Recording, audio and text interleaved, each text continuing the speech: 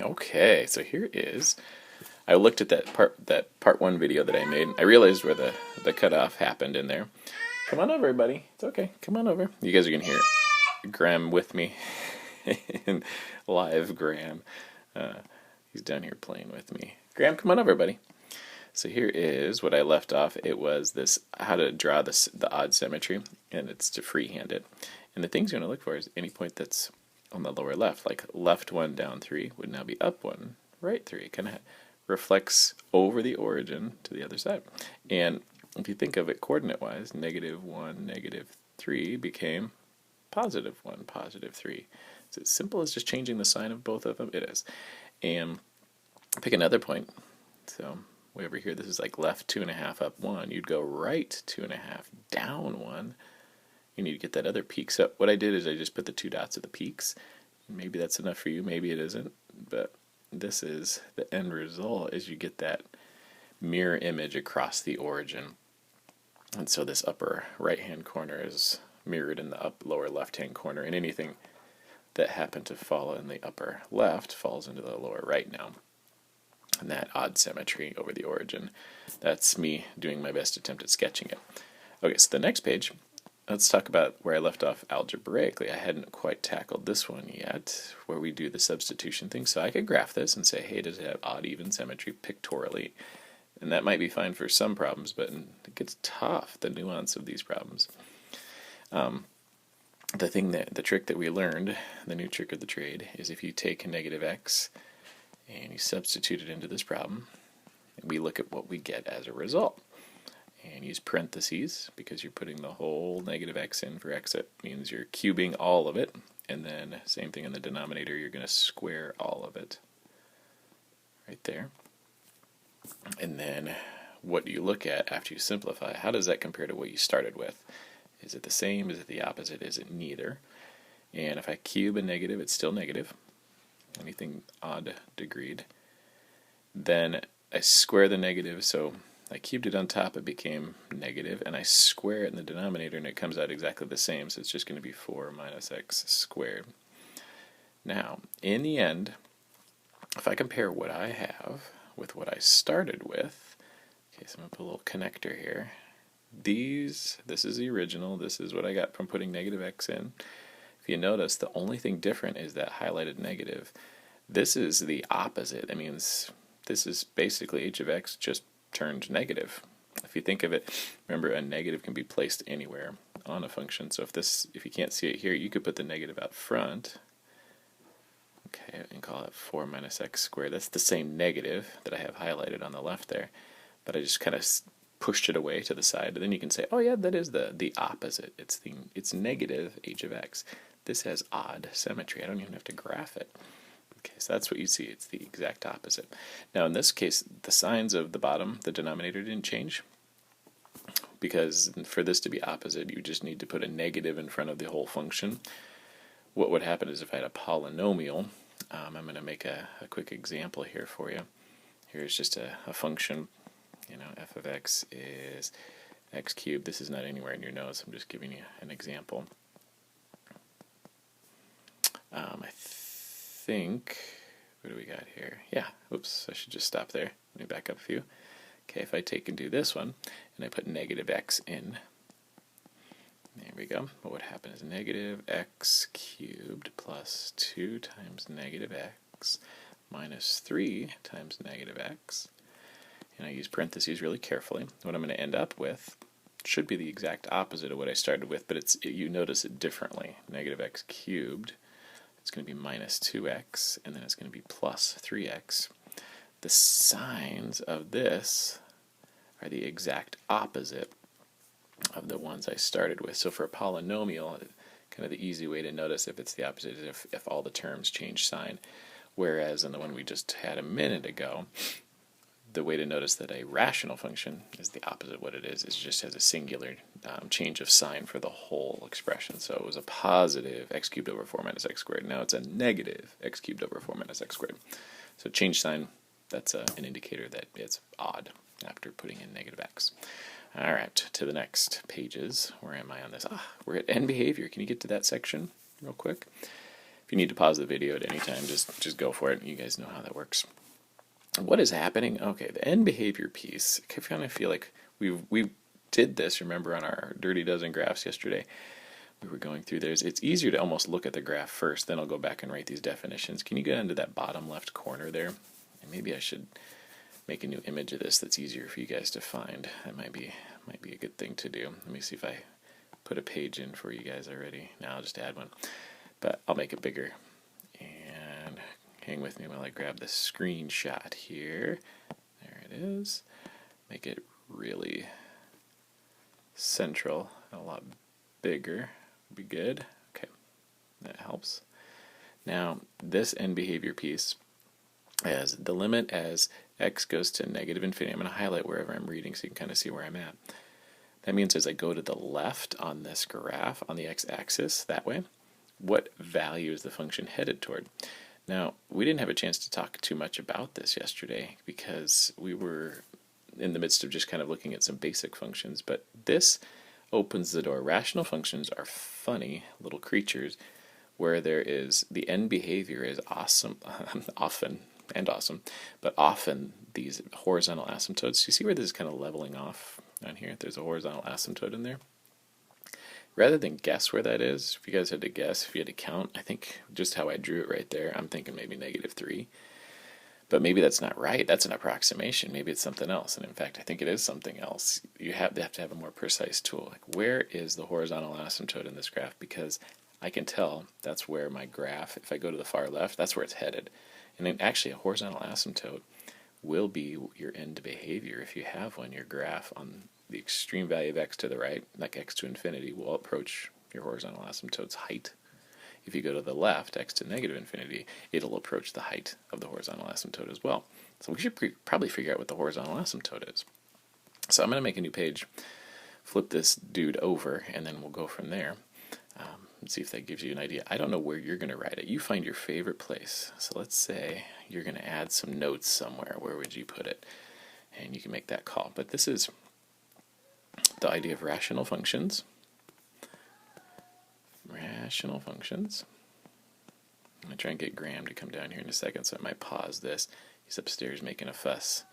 6 in the morning, waking everybody up. He was up at 5:30, little rascal, and he's got, it's called hand, foot, and mouth. That's what I'm home for. And nobody wants a hand, foot, and mouther around, especially, I guess, bad for pregnant women and child care. They don't like having that around. So rational functions, there's some options that come up. So what do I mean by rational function? X squared over, x squared minus 4. Okay, there's a rational function. We've done some work recently where we went and found the vertical asymptotes, right? We would say, oh, yeah, I know what to do with this. I'd factor it. I would say, oh, that's difference of squares on the bottom, x minus 2, x plus 2. Okay, I'm just kind of getting familiar with what we have done with rational functions. And we go, ooh, x cannot be 2. X cannot be -1. All right? What am I talking about? -2. And those are breaks in our graph. They're discontinuities. If one of those factors, x minus 2, x plus 2, were to cancel, we'd have a hole at those locations. But if they don't, we have vertical asymptotes. So we happen to have 2 vertical asymptotes, VA at x equals 2 and x equals -2. Okay, so that's the stuff we've learned so far. Well, you also know in these graphs, rational functions, there's also a horizontal asymptote. And there's 3 different things you look for. And the one that usually people remember the most is that you want to look at the ratio, the lead coefficients, are the numbers in front of your powers of x, your highest power of x. You're always looking for the highest power of x. Wherever it is in the numerator, denominator, get the biggest power of x, look to its side, and there's a coefficient in there. Those play a role. But the other thing is you want to compare the powers. The highest powers are 2 and 2. What you're thinking of, when those have the same power, we are, for the horizontal asymptote, going to look at the ratio of the lead coefficients. So in this case, what's not written in there, I'm going to write it in blue. This has a coefficient 1, coefficient of 1. In this particular case, our horizontal asymptote is the ratio 1/1. That is true anytime the ratio, or the lead the degrees of the numerator and denominator. The top and bottom have the same degree. So degrees match. The degree of numerator and denominator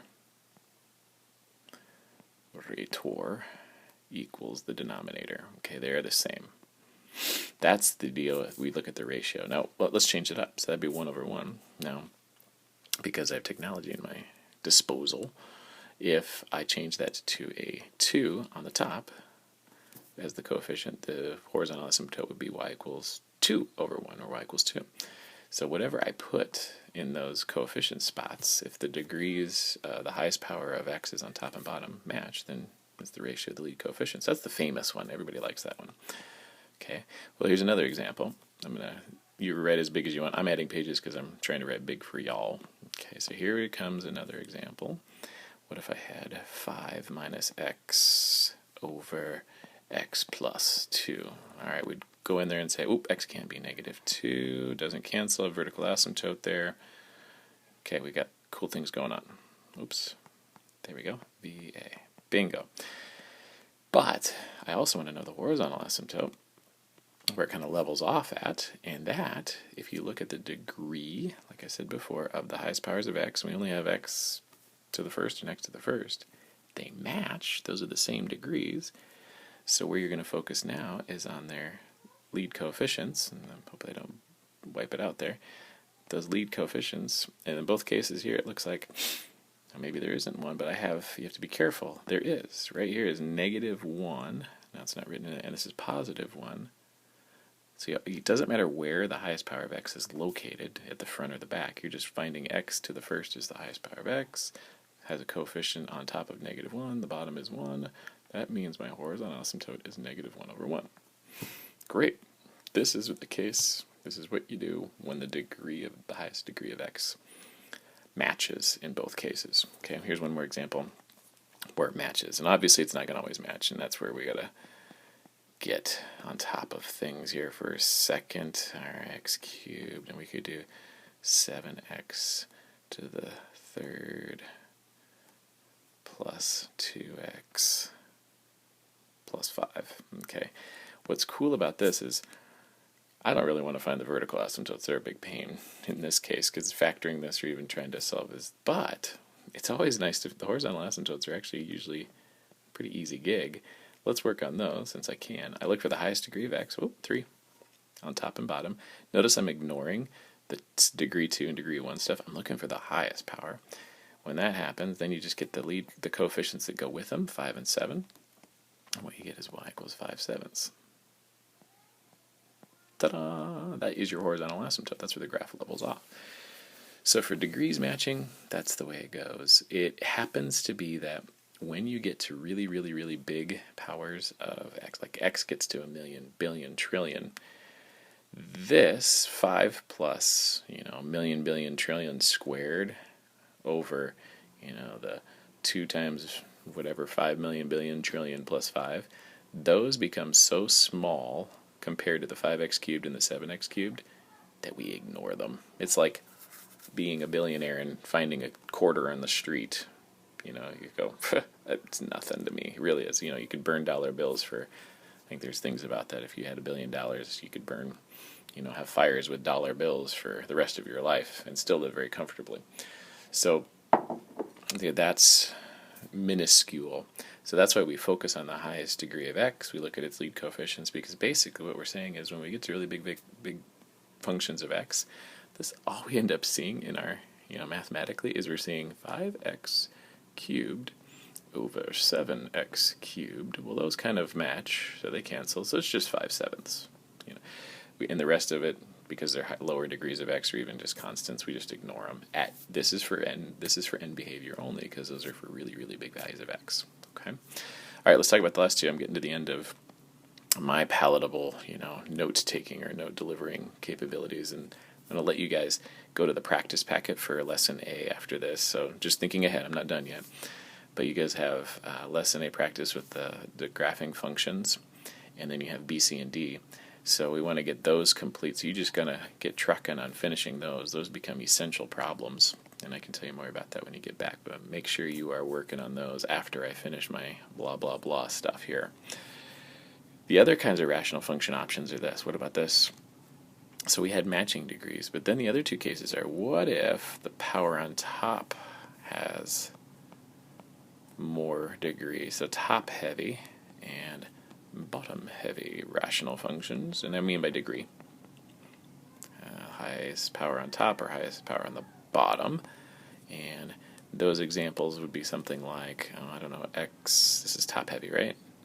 X squared over x plus 1. Neat thing about top heavy, it's really easy. The end behavior on this one, there actually ends up being no horizontal asymptote when it's top heavy like this. If you want to graph it, okay, so I'm putting y on the end there backwards for whatever reason, but this one has no horizontal asymptote when it's top heavy. How about that? That's easy. So you don't even have to worry about it. But it does have a different kind of end behavior, and we're going to get at. Remember, you guys remember long division? We'll play with long division tomorrow when I get back, but we'll treat the top-heavy ones with long division to kind of figure out what's going on. But there are no horizontal asymptotes. You don't have to worry about those. When it's bottom-heavy, let's just invert this thing, x plus 1 over x squared. Now, it's not about who has more terms. The top has more terms. I'm talking about the degree is what makes this bottom-heavy. But anytime the degree is higher on the bottom, as long as the degree on the bottom, this is 2, and the top's got a degree of 1, and I'm always, remember, focusing on the highest power of x, not any others, you ignore the rest. Highest degree on the bottom means that the horizontal asymptote is y equals 0. So, kind of like that one. Really easy to keep track of. Those are the big cases. If the degrees on top and bottom match, it's the ratio lead coefficients. If it's top heavy, there is no horizontal asymptote. There's something else. If it's bottom heavy, degree is higher on the bottom, then you're always horizontal asymptote is y equals 0. Let's go back a couple pages to where we were at before in your notes, your actual note packet. Aren't you excited? We're back. This little drawing that we have here, now we can figure out where on earth is that horizontal asymptote. And actually, there's two parts here. So if you focus with me on that circled part in the lower left here, there's these degrees on the top and bottom match, x to the first over x to the first. So it looks like the horizontal asymptote would be y equals 1, except something funny happens in here. That horizontal asymptote would usually be, for the left hand, the rational function would be, y equals 1, and you'd be right. But this whole function has been moved down 3. So what you want to look at, if y equals 1 was the horizontal asymptote, and then we moved it down 3, we'd be at, so this is y equals 1, then we'd be at y equals negative 2. That's where that's at. And I was just miscounting tick marks when I said that before, 1 and 2. And you can kind of see it now. But Paul goes into that place. But if you're at a particular height, and I'm not even sure if this graph is, what scale this is, those little tick marks in there. But you take the y equals 1 horizontal asymptote of x over x plus 2, definitely has a horizontal asymptote of y equals 1. And then you take the thing down 3, that takes the horizontal asymptote down 3, makes it y equals negative 2.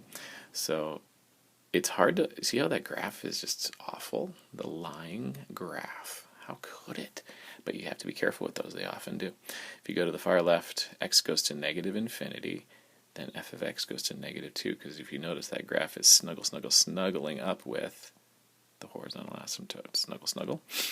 And then the next one, as x goes to positive infinity, the graph snuggles up against that horizontal asymptote of negative 2. There it goes. Like that. Looking great, huh? But there's a lot of work just to get to where that is located. Eyeballing it wasn't too good, but knowing something about horizontal and vertical asymptotes, or horizontal asymptotes, I'm sorry.